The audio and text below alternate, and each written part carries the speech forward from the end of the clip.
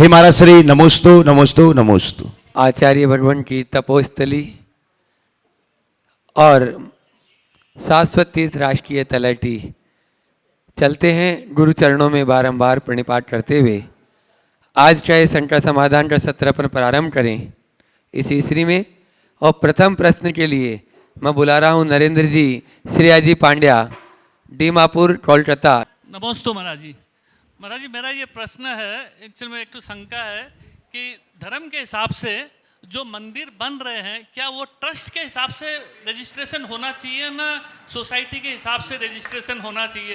क्योंकि ट्रस्ट के हिसाब से जो ट्रस्टी होते हैं वो तो उनके फिर उनके वही मैनेजमेंट करते रहते हैं, उसमें पूरी समाज का वो नहीं रहता है। और सोसाइटी में पूरा समाज वो रहता है और हर 2 साल 3 साल में उनका वो भी होता है। तो छोटी सी समाधान बहुत दिन से मामले में चल रहा था। देखिए, जितने भी हमारे धर्मायतन हैं या धार्मिक सामाजिक संस्थान, इनकी व्यवस्था को सुव्यवस्थित करने के लिए उन्हें किसी न किसी एक संस्थागत ढांचे में जरूर ढलना चाहिए।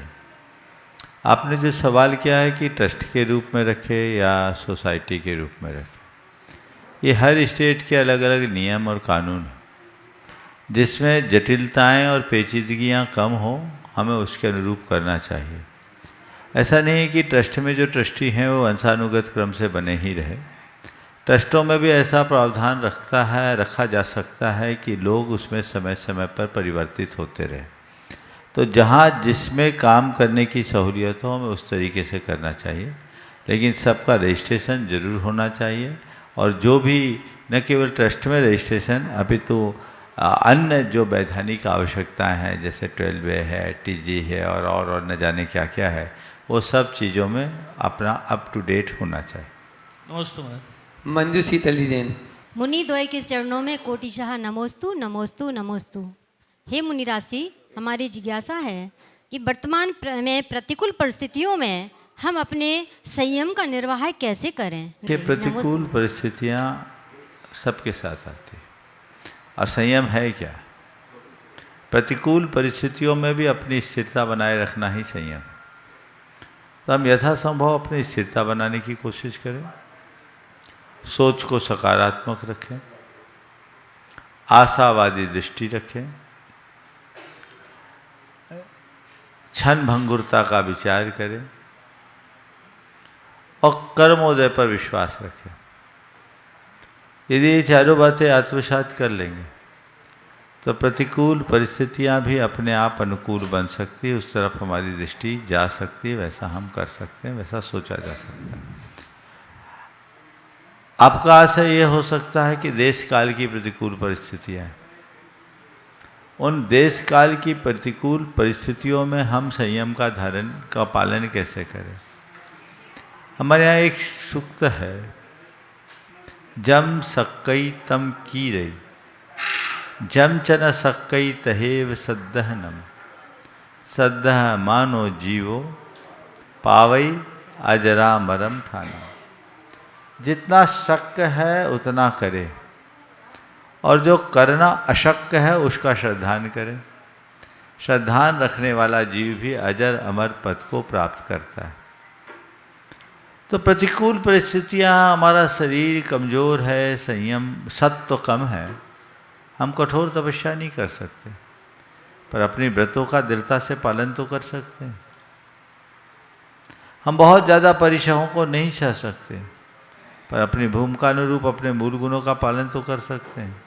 यदि इन बातों को ध्यान में रख करके चला जाए तो प्रतिकूल परिस्थितियाँ भी हमारा रास्ता नहीं रोकती। नमोस्तु महाराज। रीता जी जैन रांची, गुरु चरणों में अपना प्रश्न करेंगे। मुनि देव के चरणों में बारंबार नमोस्तु एवं माता जी के चरणों में वंदामी। महाराज श्री, जब हम लोग बोलते हैं भाषाएं, तो भाषा वर्गणा का क्या प्रभाव पड़ता है? क्या ये सिद्धिचला तक छूकर आती है? भाषा वर्गणा हम लोगों की क्या प्रभाव पड़ता है? क्या यह सिद्धिचला तक छू करके आती है? एवं महाराज श्री, स्वाध्याय का जो बोला जाता है कि आगम ग्रंथों को पढ़ो, हम एक ही भाव स्तोत्र चैत्य भक्ति जो भी पढ़ते हैं, क्या यह स्वाध्याय के अंदर आ सकता है? नमोस्तु महाराज श्री। देखिए, हमारे मुख से निकलने वाला जो शब्द है, शास्त्रों के अनुसार यदि तीव्र गति से चले तो 2 समय में 14 राजू जा सकता है, माने लोक के एक छोर से दूसरे छोर। परमाणु एक समय में और शब्द 2 समय में, शब्द की ध्वनि की इतनी तीव्र गति हो। पर इसका अर्थ ये नहीं है कि हमारे मुख से उच्चारित हर शब्द वहाँ तक गति करे ही। शब्द गति करते भी हैं और कई बार बीच में अवरुद्ध भी हो जाते हैं, मार्ग न मिलने से वहीं के वहीं टकरा जाते हैं। शब्द के पुद्गल हैं, जिसे आपने भाषा वर्गना कहा, कुछ समय तक अपने स्वरूप में टिके रहती हैं, समयांतर में वो बदल भी जाती है। इसलिए ये कहना कि हम जो शब्द बोलते हैं वो शाश्वत है, ये उचित नहीं है। शब्द भी क्षणिक है, उसमें परिवर्तन होता रहता है, पर शब्द की शक्ति को हम नज़रअंदाज नहीं कर सकते। आपने दूसरा सवाल किया है कि जो हम लोग नित्य पाठ करते हैं क्या वो स्वाध्याय में आएगा? हाँ, स्तुति वंदना आदि भी एक प्रकार का स्वाध्याय है, क्योंकि स्वाध्याय है क्या? केवल किताबों को पढ़ने का नाम स्वाध्याय नहीं, ज्ञान भावना आलस्य त्याग स्वाध्याय। ज्ञान की भावना और आलस्य के परित्याग का नाम स्वाध्याय है, और ये दोनों बातें पाठकर्ताओं के साथ घटित होती है, इसलिए हम इसे स्वाध्याय की श्रेणी में रख सकते हैं। मार्ग में एक दूसरे शब्द से टकरा रहे हैं, कोई किसी तरह का व्यवधान हो जाए, जैसे यहाँ हम बोल रहे हैं दीवार के उस पार ये आवाज़ नहीं जा रही, तो ये शब्द की टकराने की बात। Doctor KM. जी गंडवाल पीछे दीजिए। सपत्नी गुरुवर, आपके चरणों में त्रिवार वंदन। गुरुवर, आज अमेरिका में आज हेनरी टॉड करके एक आदमी है। फिर से बोलिए। अमेरिका में आज हेनरी टॉड करके आदमी है, इसने किताब लिखी है डाई एम्प्टी, और वो डाई एम्प्टी किताब में वो जो प्रबोधन देता है वो हर एक जैनिज्म का मूल सिद्धांत वो बता रहा है। तो गुरुवर, आपको मैं पूछना चाहता हूँ कि डाई एम्प्टी यानी मरते वक्त सब खाली होके मर जाना, ये जैन धर्म में हमें बताया है। तो मेरे जैसे जिन्होंने 82 साल की उम्र पूरी कर ली है, उन्होंने आगे अपनी जिंदगी कैसी जीनी चाहिए, यह मार्गदर्शन गुरुवर आप करें। डाई एम्प्टी की बात तो जैन धर्म का मूल है। हम संलेखना करते क्यों हैं? संलेखना पूर्वक देह के परित्याग की बात की गई। अपने आप को पूरी तरह खाली करने की तैयारी होनी चाहिए। हर व्यक्ति को अपने जीवन में यही सोचना चाहिए कि मैं इस दुनिया से जाऊं तो निर्भर होकर के जाऊं, मुझ पर कोई भार ना हो। आपने जो कहा है कि इसको हम किस तरीके से कर सकते हैं, तो इस विषय में आप जैसे लोग अब अपनी व्यवसायिक और अन्य प्रकार के दायित्वों को समेटिए, खुद के दायित्व को प्रमुखता दीजिए, आध्यात्मिकता के साथ जीना शुरू कीजिए, धीरे धीरे मार्ग पर प्रशस्त हो जाए। नमोस्तु गुरुवर। अपने बीच में विपिन जी जन अहिंसा दिल्ली से गुणायतन ट्रस्टी। नमोस्तु गुरुवर, नमोस्तु। गुरुदेव, करीब 2.25 साल आपको सम्मेद शिखर का एरिया और गुणायतन खासकर छोड़े हुए हो गया। 2.25 साल में आपने बहुत लंबा विहार किया है। मैं मानता हूँ कि नए नए एक्सपीरियंस बहुत हुए होंगे, और पंचकल्याणक भी किए हैं आपने, और चतुर्मास भी किए हैं, और काफ़ी बड़ा एरिया कवर किया है।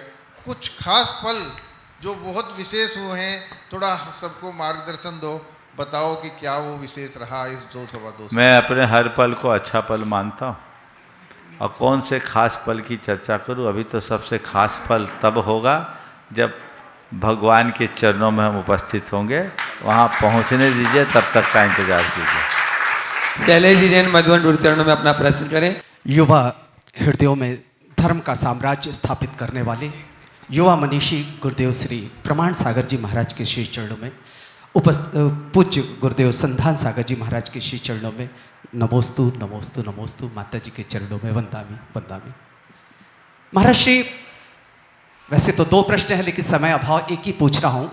पांडुक शिला पे श्री शब्द ही क्यों लिखा जाता है? दूसरे और किसी शब्द को क्यों नहीं स्थापित किया जाता है?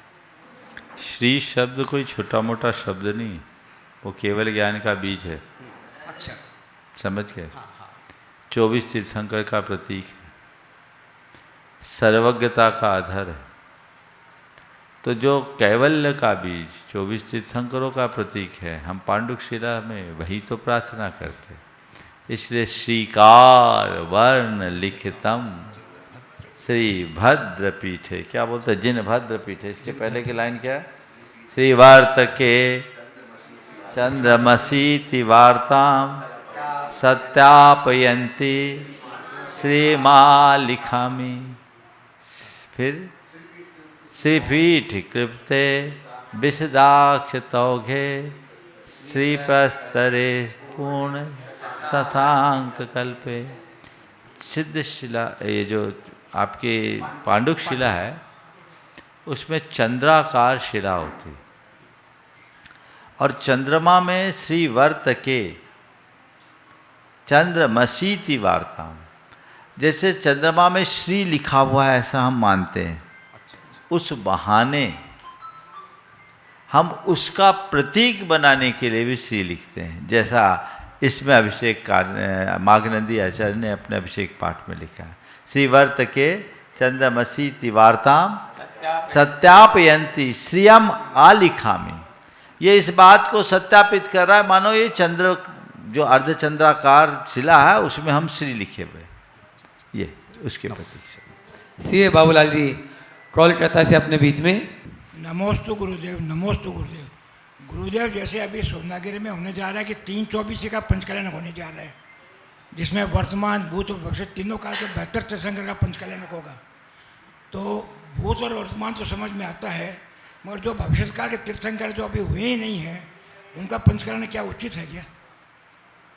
देखो, पंचकल्याणक तो मुख्य रूप से 24 तीर्थंकरों का होता है। उनके आश्रय से अन्य तीर्थंकरों का भी पंचकल्याणक हो जाता है। एक लंबे समय तक हमारे देश में त्रिकाल चौबीसी का चलन नहीं था। एक रहस्य की बात बोल रहा हूँ। 1970 में आहार जी में त्रिकाल चौबीसी और विद्यमान 20 तीर्थंकर के पंचकल्याणक की जब बात आई तो देश में बड़ी चर्चा का विषय बना। लेकिन उसके बाद सबने ये तय करके कि भावी निगम ने से इसे स्वीकार करने में कोई दोष नहीं, वो पंचकल्याणक की परंपरा आगे बढ़ गई। ये क्रम आगे बढ़ा। वर्तमान में अनेक जगह त्रिकाल चौबीसी की प्रतिष्ठा होती है। परम पूज्य गुरुदेव के सानिध्य में भी हुई, कुंडलपुर में भी त्रिकाल चौबीसी है ना, रामटेक में त्रिकाल चौबीसी है। सुधा सागर जी महाराज ने तो कितनी लाइन लगाई है त्रिकाल चौबीसी की। तो ये त्रिकाल चौबीसी की स्थापना हो रही है, यानी हम भावी तीर्थंकर की नैगम नई की अपेक्षा हम व्यवस्था कर रहे हैं। पर विधि नायक कौन बनेंगे? वर्तमान के 24 तीर्थंकर में ही कोई एक। मंदिर के मूल नायक कौन बनेंगे? वर्तमान के 24 तीर्थंकर में से ही कोई एक। ये परिपाटी है, इससे बाहर नहीं होना चाहिए। धन वैभव के साथ में गुण वैभव की ओर जो बढ़ रही हैं, ऐसा व्रती जीवन अपने मार्ग में आगे चल रही है। सुशीला जी अपना प्रश्न गुरु चरणम कर रही हैं और उसके बाद में तैयार रहेंगे यहाँ के इस ईश्वरी आश्रम के सभी ट्रस्टीगण, पूर्णमल जी सेठी रांची से, नरेंद्र जी पांड्या, राजेश जी सेठी और भी जो नाम छूट रहे हों, तो वे सभी एक साथ हो जाएंगे, एक प्रश्न करेंगे सभी ट्रस्टीगण। महाराज जी के चरणों में नमोस्तु, माता के चरणों में वंदनामि। महाराज श्री जी, जब हम सामायिक करते हैं तो सामायिक में पाठ भी करते हैं, जाप भी करते हैं और भावना योग करते हैं, तो क्या सब सामायिक में हो जाएंगे? और दूसरा छोटा सा कि अभी नमोकार के लाखों करोड़ों जाप हुए थे, से नमो और नमो, तो ये दोनों तो बहुत लोग बोलते हैं कि नमो करना चाहिए, अपने को नमो नहीं बोलना चाहिए, तो इन दोनों में भी एक बार आप समझाइए। नमोस्तु महाराज। देखिए, समदा सामायम नाम, समता का नाम ही सामायिक। समता के साथ जो भी हम धर्म ध्यान कर रहे हैं वो सब सामायिक है। इसलिए आप अगर जाप कर रहे हैं, बिना आलम्बन के पाठ कर रहे हैं या भावना योग आदि कर रहे हैं, तो ये सामायिक ही है, ऐसा मानना चाहिए। जहाँ तक णमोकार महामंत्र की बात है, दिगंबर परंपरा में हम अणा बोलते हैं क्योंकि हम लोग सौर सेनी प्राकृत का प्रयोग करते हैं, और दूसरी परंपरा में अर्धमागधी प्राकृत का चलन है। अर्धमागधी प्राकृत में अणा को न बोलते हैं। अभी आप गया तरफ जाएंगे ना तो वो अणु नहीं बोलेंगे, अनु बोलेंगे। मैं जब बुंदेलखंड में था, एक एडवोकेट थे, उनने पहली बार मेरे दर्शन किए और मेरे प्रवचन के बाद उनने पूछा लोगों से कि महाराज जी बिहार के तो नहीं हैं? बोले क्यों? अब मैं प्रवचन में बोला और मैंने एक कविता सुनाई थी, कहीं हम अणु बोलना था, हमने बोला अनु को तोड़कर मानवता को न तोड़ बैठे। उनने उसको पकड़ लिया। क्रिटिकल व्यक्ति, अणु बोलना था। अब तो मैं अणु भी बोलता हूँ, अब तो बहुत परिष्कार हो गया, लेकिन इधर के लोगों को, खासकर गया तरफ के लोगों को बोलोगे तो वो अणा को न बोलते हैं, वो मगध क्षेत्र है। तो अर्धमागधी प्राकृत में अणा का न हो जाता है, समझ गए? अनु बोलेंगे, अणु नहीं। तो हम लोग दिगंबर परंपरा में सौर सेनी प्राकृत चलती है, इसलिए अणामो अरिहंतानम, अणा बोलते हैं, न नहीं। ये दिगंबर परंपरा की पहचान है जिसे हमें बना के रखना चाहिए। आचार्य पुष्पदंत भूतबली ने इस मंत्र को जो पहली बार लिखा है तो उसमें अणामो ही लिखा है। हमें 5 पदों के 35 अक्षर में उसी रूप में रखना चाहिए। दूसरी बात जो है, अणमोकार और नवकार। दिगंबर परंपरा में नमस्कार मंत्र है, इसको हम अणमोकार मंत्र बोलते हैं। नवकार श्वेतांबर परंपरा का है। बहुत अच्छी बात है कि पूरे विश्व में महामंत्र की आराधना का एक क्रम चला और एक अलग जगी। ये विश्व में हर वर्ष 9 अप्रैल को सुनिश्चित किया गया। लेकिन इसमें मैं सारे देश के लोगों को कहूँगा, या तो महामंत्र बोलो, या आप नवकार बोलते हो तो ऑब्लिक में नमोकार भी बोलो, ताकि दोनों परंपरा का बोध बना रहे। ये हमारी पहचान है, ये खंडित नहीं होनी चाहिए। नवकार और नमोकार, नमोकार में केवल नमस्कार का भाव है और नवकार में 9 पद का भाव है। हमारे यहाँ 9 पद का मंत्र नहीं है, हमारे यहाँ 5 पद का मंत्र है। इसलिए नमस्कार मंत्र है और हमें इस बात का ध्यान रखना चाहिए। अगले साल से जब भी हो, और जो इसको संचालित कर रहे जीटो वाले, उनको भी उदारता का परिचय देना चाहिए। और देश भर के लोगों से मैं कहूँगा, उनसे बोलो, हमारे इस बात में कोई झगड़ा नहीं है। तुम नवकार बोलो, हम नमोकार बोले, पर उपस्थिति दोनों की होनी चाहिए, क्योंकि जपते सब एक हैं। ये होना चाहिए और ये जागरूकता आनी चाहिए। तुम्हारे सारे पोस्टर में, सब में इसका उल्लेख होना चाहिए। अन्यथा आपके बच्चे नमोकार को नवकार बोलने लगेंगे, ये परिणाम घातक होगा। इसके प्रति जागरूकता होनी चाहिए।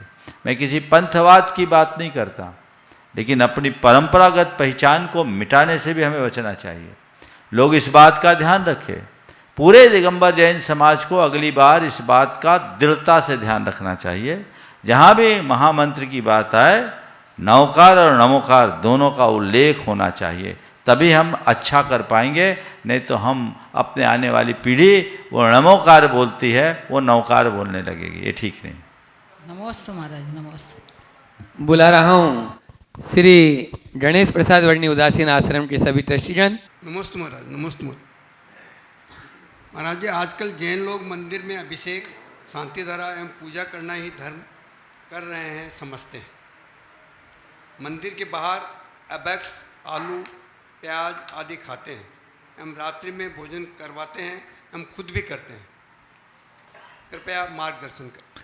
देखिए, पूजा पाठ करना बहुत अच्छी बात है, लेकिन हम पूजा पाठ क्यों कर रहे हैं और किसकी कर रहे हैं, इसका ख्याल रखना और ज़रूरी बात।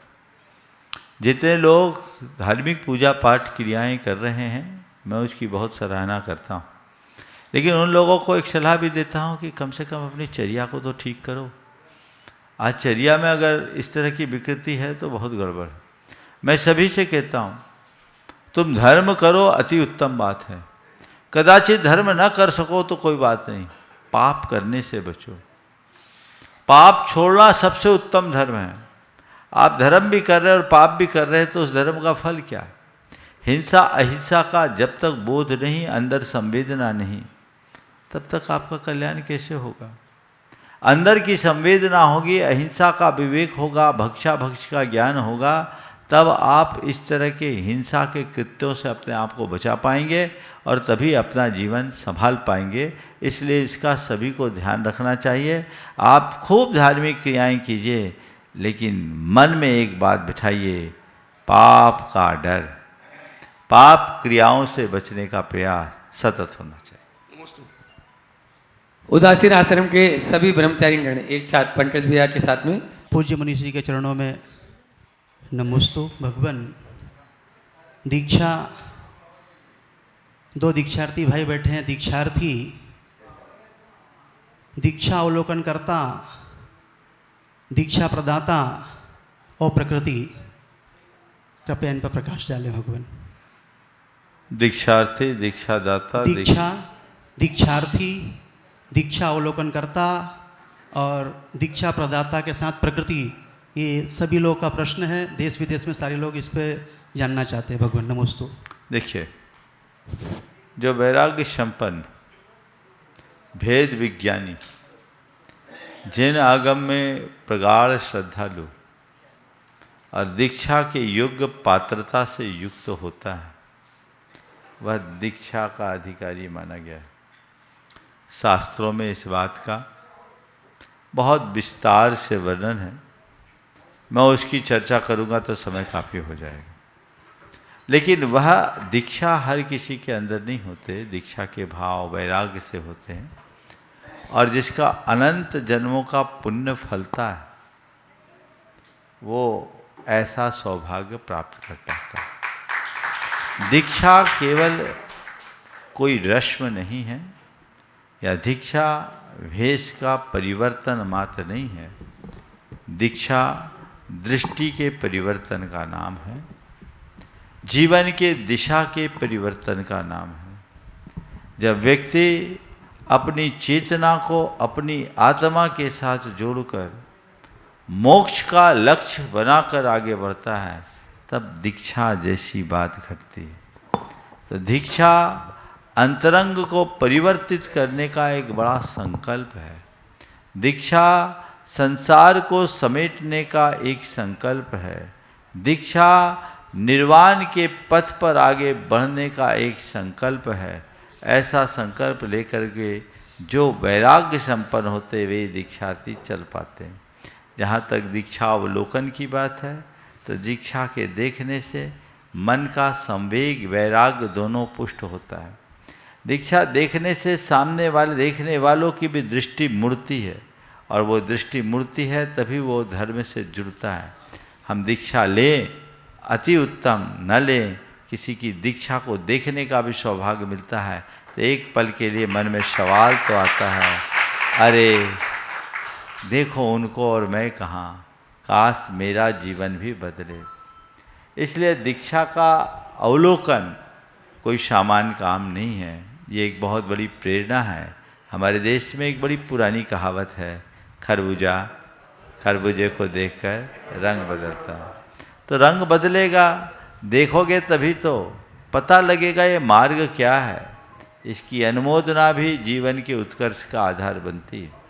जहाँ तक दीक्षादाता की बात है, एक वाक्य में कहूँगा, जिसने खुद दीक्षा को सार्थक किया है वही दीक्षादाता हो सकता है। दीक्षा को सार्थक करने वाला ही दीक्षादाता हो सकता है। दीक्षा के लिए अगर सार में बताएं तो ऐसा ही बताया जा सकता है, अनेक मुनियों ने अपने जीवन में दीक्षा को सार्थक की और भव्य जीवन को दीक्षा देकर मोक्ष मार्ग को पुष्टि किया है। हम पुराणों को पढ़ते हैं तो ये देखा जाता है कि सामने वाले के हृदय में वैराग्य क्या है, और वैराग्य का क्षण आते ही बारिसेन मुनि ने पुष्पराल को दीक्षा दे दिया। पुष्पराल को दीक्षा दिया, किसने दिया? कौन थे वो? मुनिराज थे ना।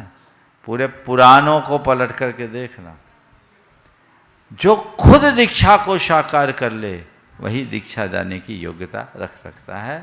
आपने पूछा है इन सब का प्रकृति के साथ क्या तालमेल, मैं तो ये कहूँगा ये सब हमें अपनी आत्मा की प्रकृति से जोड़ने का निमित्त है। यदि हम जुड़े तो अपने स्वभाव को प्राप्त कर पाएंगे। आरिका क्रमपत्नी माता जी के संगस्थ बहनें ब्रह्मचारिणी मंजू दीदी, ब्रह्मचारिणी बंटी दीदी, हाँ नहीं माता जी लगी बहनी आरिका अचलमती जी अपना प्रश्न गुरु चरणों में कर रहे हैं। उनकी अपनी कोई शंका नहीं, लेकिन फिर भी आपको लाभान कर रही हैं। और उसके बाद में दीदियाँ गुरु को याद करते हुए 4 पंक्तियों को बोलना चाहती हूँ, क्योंकि दीक्षा प्रदाता जिन्होंने हम लोग को दीक्षा दी है तो उनकी याद आ रही है, तो महाराज जी 4 पंक्ति बोल सकते।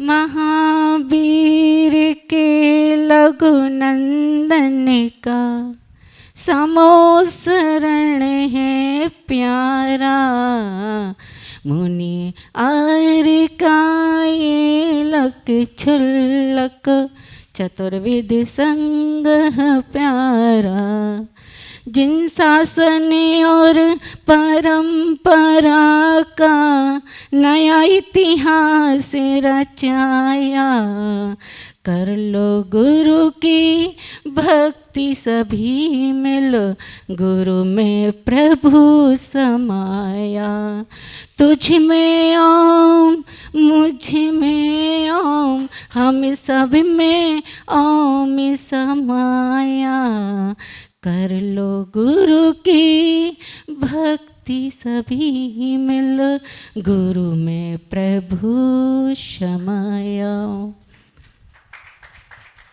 हमारा प्रश्न है कि महाराज जी हमारी बड़ी माता जी के साथ भावना भाते हुए कि सभी आरिका संग बड़ी माता जी से लेकर के शिखर जी जा चुका है, लेकिन हम लोग क्यों शिखर जी हम लोग कैसे पहुँचे?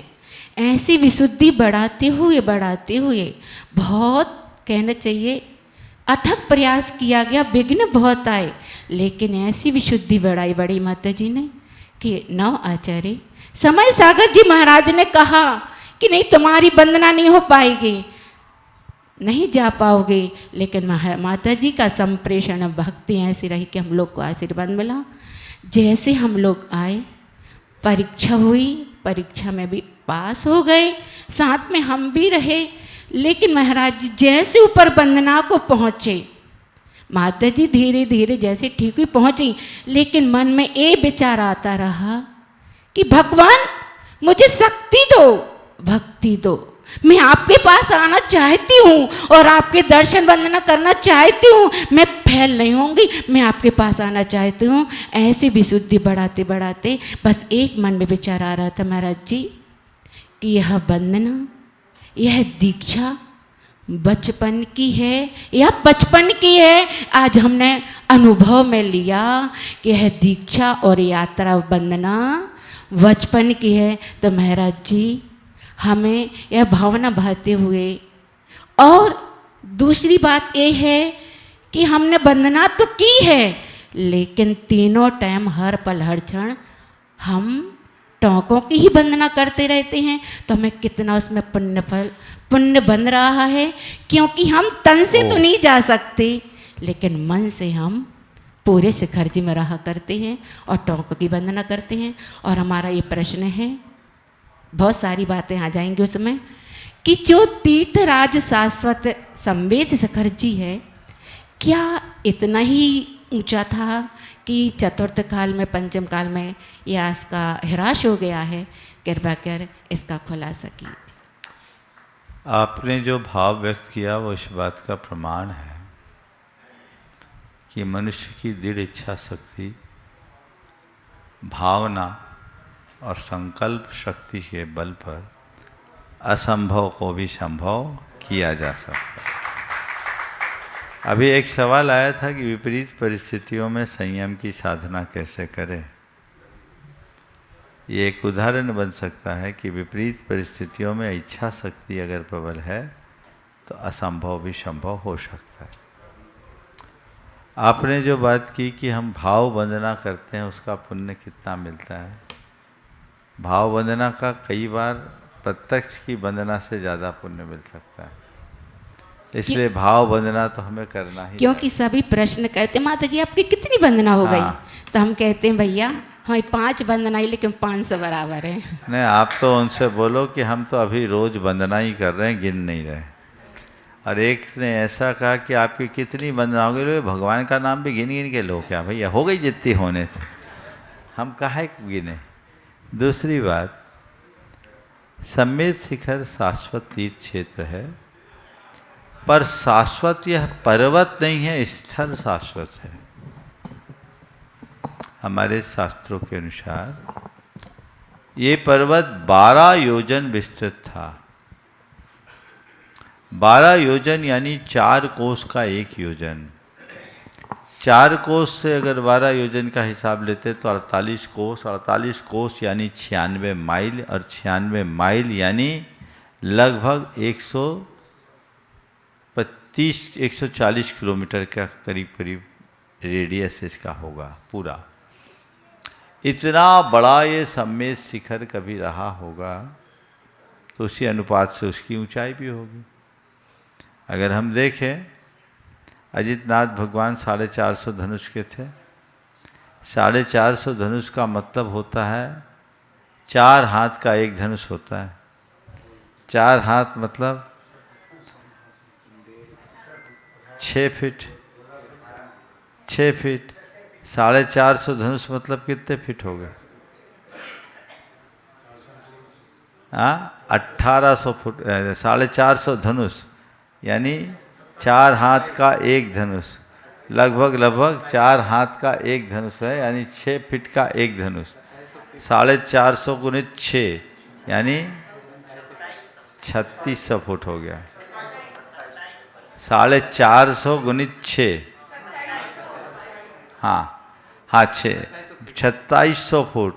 अभी शिखर जी के पर्वत की ऊंचाई समुद्र तल से 4440 फुट है। तो अजितनाथ भगवान 2700, तो नीचे अपना तलहटी भी करीब 2200-2500 फुट तो होगी। ऐसा खड़े हो जाए तो सिर टकराता हो।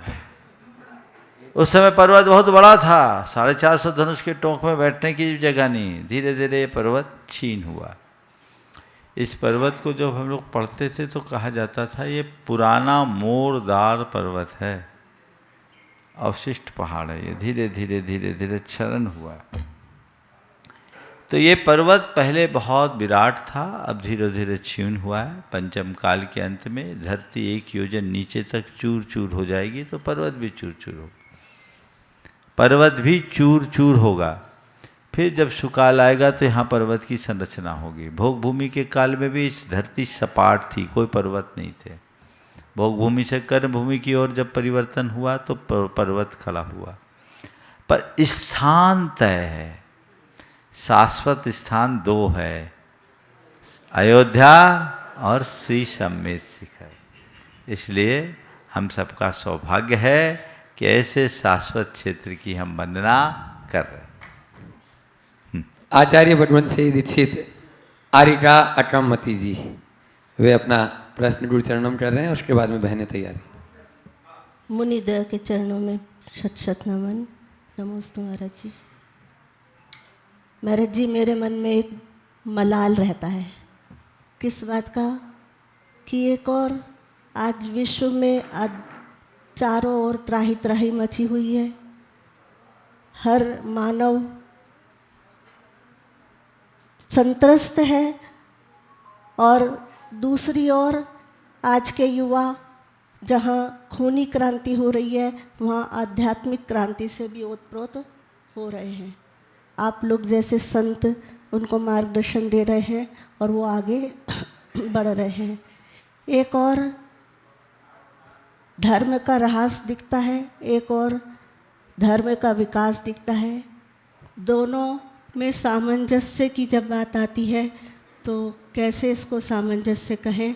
और दूसरा कि जहाँ वृद्ध चले गए, संस्कार चले गए और आगे आने वाली पीढ़ी धर्म से विमुख हो रही है, उनकी शैली, जीवन शैली, उनके जो पढ़ाई लिखाई इत्यादि है ये बिल्कुल धर्म से विपरीत ले जाने वाली है, तो हम क्या समझे कि 18,000 वर्ष निकल गए या 18,000 वर्ष शेष है, धर्म कब तक जीवित रहेगा? देखिए, धर्म अधर्म पुण्य पाप हर युग में चलते रहे। जिस युग में श्री राम हुए उसी युग में रावण हुआ, जिस युग में श्री कृष्ण हुए उसी युग में कंस भी हुआ। अच्छाइयाँ और बुराइयाँ साथ साथ चलती है। जैसे प्रकृति में कभी कृष्ण पक्ष कभी शुक्ल पक्ष होता है, ऐसी इस सृष्टि में भी दोनों पक्ष रहे हैं। आपने बिल्कुल सही कहा कि एक और खूनी क्रांति है तो दूसरी ओर आध्यात्मिक क्रांति भी है। जिसकी चेतना का स्तर जैसा हो उसका जीवन वैसा होता है। हर युग में ऐसा रहा है, वर्तमान युग भी उससे अछूता नहीं। ये बनता और बदलता रहा है, बनता बदलते रहेगा। चीज़ें चल रही है द्रव्यक्षेत्र काल भाव के हिसाब से, इनमें परिवर्तन होता है, होता रहेगा। इसको लेकर ज़्यादा सोचने की बात नहीं है। हम लोगों को एक प्रयास करना चाहिए कि हम ऐसी जागृति का शंखनाद करें कि लोग हिंसा, पाप, पाखंड और अनाचार के मार्ग से मुक्त होकर धर्म और सच्चाई के पथ पर चलने का प्रयास करें। उनके हृदय में एक ऐसी आध्यात्मिक क्रांति जागृत करे जो उनके जीवन के बदलाव का आधार बन सके। तो ऐसा प्रयास सभी को करना चाहिए, उसके लिए सतत प्रयत्नशील रहना चाहिए। ये शुभ लक्षण है कि हम ऐसे युग में जन्म लिए हैं जिसमें धर्म की अपार प्रभावना है। एक बार मैंने कहा था, एक युग था जब मंदिर तोड़े जाते थे। ज़्यादा पुराना नहीं, आज से 300-400 साल पहले का इतिहास हम पलट कर देखते हैं तो मूर्ति भंजक, मंदिर भंजकों के द्वारा मंदिर तोड़े जाते थे। हम कितने भाग्यशाली हैं कि हम ऐसे युग में जन्मे हैं, आचार्य विद्यासागर के युग में, जहाँ मंदिर बनाए जा रहे हैं। तो इस समय काल का परिवर्तन है, ये शुभ्र पक्ष है। हमें इसे और फैलाने का प्रयत्न करना चाहिए। यदि इसे हम फैलाने में समर्थ हो जाएं तो जीवन में बड़ा बदलाव आ सकता है। जहाँ तक नई पीढ़ी की शिक्षा और संस्कारों का सवाल है, ये चीज़ें एक चुनौती बनकर सामने खड़ी हुई है। अब हम उनकी शिक्षा व्यवस्था को तो नहीं बदल सकते, लेकिन उनको हम अपने संस्कारों के प्रति जागरूक जरूर कर सकते हैं। हमारी कोशिश हो लोग अधिक से अधिक सत्संग में आए और अपने जीवन को पहचान पाए, जिससे उनका पथ प्रशस्त हो। सभी साधु संत इस बात को सदैव आगे बढ़ाते रहें, प्रोत्साहित करते रहें, और संतों के द्वारा जो मार्ग मिलता है उसी में संस्कृति फलती।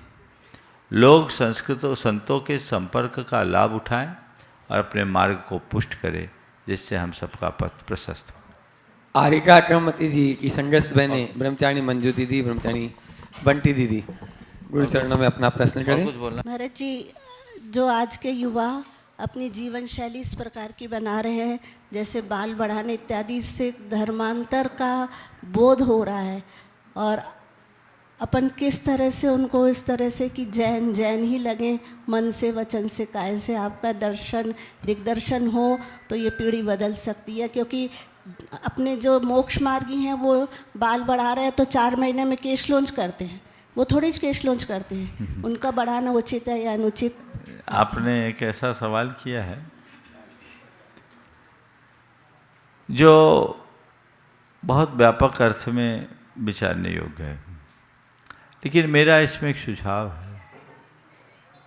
हम बच्चों की बाहरी लाइफ स्टाइल पर जोर देने की जगह उनके भीतरी दृष्टिकोण को बदलने का काम करें। अभी एक दिन एक बच्चा आया, बाल बहुत बढ़ाया हुआ था, बाल भी बढ़े हुए थे, दाढ़ी भी बढ़े हुए थे।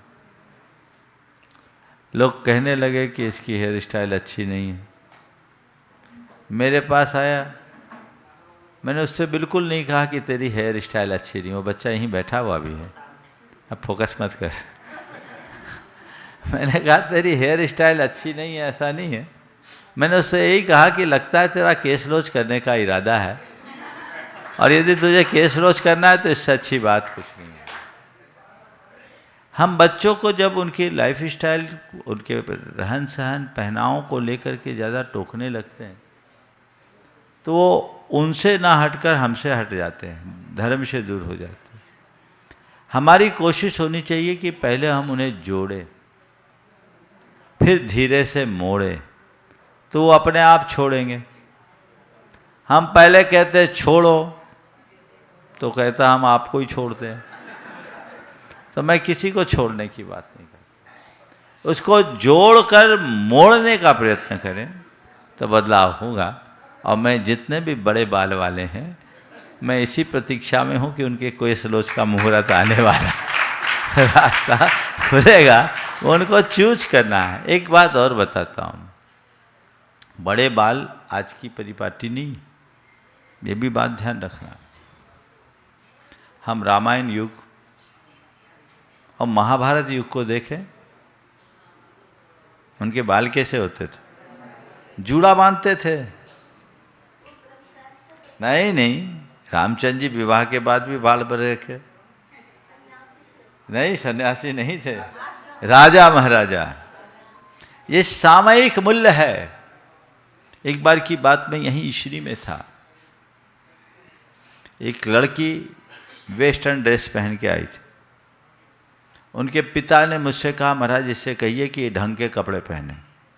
लड़की मास कम्युनिकेशन में दिल्ली से मास्टर्स कर रही थी, DU से, बहुत स्मार्ट लड़की थी।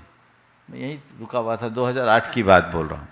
जैसे कहा कि महाराज जी इससे कहिए थोड़े कपड़े ढंग की पहने, मैं कुछ बोलूं उसकी तरफ देखा ही तो कहा, महाराज जी महाभारत युग से अच्छे कपड़े हैं, इनको बोलिए कि थोड़ा संस्कृति को पढ़े। अब मैं क्या बोलूं? मैंने उससे एक ही बात कहा, बेटा क्या पहनना है तेरी चॉइस है, पर तुझसे मैं यही कहता हूँ कि तुझे जो पहनना पहन, मन में केवल एक ही सवाल रख, तन को दिखाने के, ढांकने के लिए कपड़े पहन रहे हो कि तन को दिखाने के लिए? अगर तुम्हारा प्रयोजन तन को ढांकने का है तो तन को ढांकने का प्रयास करो, और तुम्हारा प्रयोजन तन को दिखाने का है तो स्वतंत्र हो, दिखाओ। तो चीज़ें हैं जो बनते बदलते रहती है। इसलिए कोई आज बड़े बाल लेकर आए और उसको आप कहो ये कैसा आदमी आ गया है, और थोड़ा दूसरी नज़र से देखो तो ठीक नहीं। मैं उसको उतना ही प्यार करता हूँ। थोड़ा खड़े हो जा रहे, सब देखेंगे। खड़े हो जा, खड़े, पीछे पीछे पीछे, तू बैठ जा, तेरे से और बड़ा है, एक बार बैठ जा। ये बड़े बाल वाले हैं, और अच्छा बाल बढ़ाएंगे तो कभी केस लोच का विचार हो गया तो आराम भी होगा, उसमें क्या बात होगी, है ना।